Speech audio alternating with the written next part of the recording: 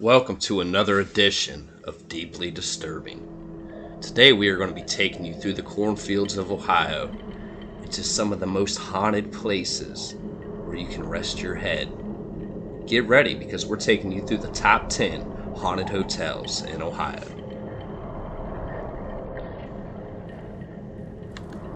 Number 10. This stately home, occupied by Georgianian Manor Bed and Breakfast, sits on Lake Logan in the gorgeous Hocking Hills area of Ohio. A murder is said to have occurred in this house when John Engel was reportedly poisoned by his wife via strychnine in his coffee in the morning. She was charged but acquitted of his crime. The ghosts that occupy this house are obviously John Engel, who was poisoned by his wife and is said to appear to many guests in the B&B, along with the ghost of a man and children in old-time period clothing. The man and the children are reportedly most likely to appear on the front lawn, and one guest reported seeing a spirit hovering above her bed while she was sleeping that night. Number 9. The Spread Eagle Tavern and Inn, located in Hanoverton, Ohio. The supremely cool Spread Eagle Tavern and Inn is considered one of the area's finest examples of federal period architecture. The tavern was built in 1837 and is said to have been a part of the Underground Railroad, with a tunnel in the basement to prove it. Today, the inn hosts guests in 5 period decorated rooms named after U.S. presidents. The ghosts that are said to haunt this inn include an 8-year-old who died in a fire on the premises, the ghost of an escaped slave, and Olivia Nicholas, the daughter of a former owner who had committed suicide by hanging herself outside one of the windows. The most active spots in this place include the hallways where Olivia has been seen walking. She has also been reported to pull off covers in the guests sleeping in her former bedroom at night. The other ghostly inhabitants have been seen in public areas of this hotel as well. Number 8. The Colonial Taylor Inn Bed and Breakfast, located in Cambridge, Ohio. The Colonial Taylor Inn Bed and Breakfast was built in 1878 as a private home for Colonial Joseph Danner Taylor, an influential 19th century educator, attorney, business leader, and politician. Today, the impressive Queen Anne-style mansion serves as a bed and breakfast. The ghosts of this place include Colonial Taylor and his wife, who are reported to haunt the premises, watching over their former home. The hot spots in this house include apparitions been spotted on the stairs and occasionally even shaking beds, though the spirits are said to be pretty friendly. Number 7. The Golden Lamb, located in Lebanon, Ohio. The oldest hotel in Ohio, the Golden Lamb, has seen its fair share of famous guests, including Charles Dickens, Mark Twain, Harriet Beecher Stowe, Daniel Webster, and 12 American presidents. It's a fantastic Ohio hotel in its own right. There's also been death and tragedy at this hotel, some of those individuals still lingering around. Guests have reported sightings of a girl named Sarah Stubbs. She was the niece of the former hotel manager in the 1800s. Or possibly Eliza Clay, a girl who had died of high fever in the hotel in 1825. The ghost of Charles R. Sherman, an Ohio Supreme Court justice who had died at the inn in 1829, is reported to haunt the hallways. He appears as a gray, gaunt man, and the smell of cigar smoke will take the air when he is around. Though there's no reported sightings of his ghost, Clement Valentine ironically accidentally shot himself in his room at the Golden Lamb in 1871, while he was attempting to prove that a man whom his client was accused of shooting shot himself accidentally. Number 6. The Riders Inn, located in Painesville, Ohio. Dating back to 1812, the Riders Inn has a storied history. It sheltered runaway slaves as part of the Underground Railroad, and it later served as a retreat for returned Civil War soldiers, and even hosted a speakeasy during the era of Prohibition. The ghosts that are said to haunt this hotel include Suzanne Ryder, the third wife of inn owner Joe Ryder.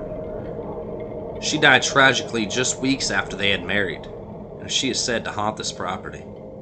Guests have also reported seeing soldiers in either Revolutionary or Civil War era clothing. The hot spots in this hotel include areas where a soldier is seen standing in a window while waving at passerbys. Suzanne is also seen walking around the end. Though in one specific incident, she supposedly answered the door and ushered guests inside. Number 5. Hotel Lafayette, located in Marietta, Ohio. Built in 1918 on the site of a hotel that had burned to the ground, the Hotel Lafayette seems predestined for a haunting. One of the ghosts seen roaming around this hotel include former hotel manager Deward Hogue. He is said to haunt this hotel long after his death. He often flickers and explodes light bulbs, and manifests by flashes of bright light. Elevators sometimes open on their own, and small objects are rearranged as well. The hotspots in this hotel include the 3rd floor, where a wing is named in honor of Mr. Hogue, though he has been sighted in other areas of the hotel as well. Number 4. Hotel Millersburg, located in Millersburg, Ohio. Hotel Millersburg saw its first life beginning in 1824 as a tavern and stagecoach stop. With some new construction, it began functioning as a central hotel in 1847 and has been continuously operating ever since. Guests have reported seeing the apparition of a well-dressed elderly man, as well as disembodied footsteps. The hotspots in this hotel include the lobby, where an elderly ghost has been seen walking, and lights often have been seen flashing in unoccupied rooms, as well as items being moved around from room to room. Number 3. Park Hotel, located in Put-in-Bay, Ohio. Originally named Deutsches Hotel, the Park Hotel was quite luxurious, attracting wealthy clientele who came to vacation on the island. Guests have reported seeing the apparition of a woman, named the Governess, who especially likes to appear to children in the hotel. She's said to have died from a fall down the hotel stairs.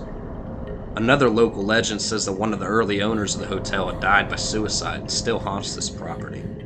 The Governess has been seen to appear in public places around this hotel, most specifically in room 14. Guests in multiple rooms have seen the male apparition, and he's been seen looking out the window of room 17 as well.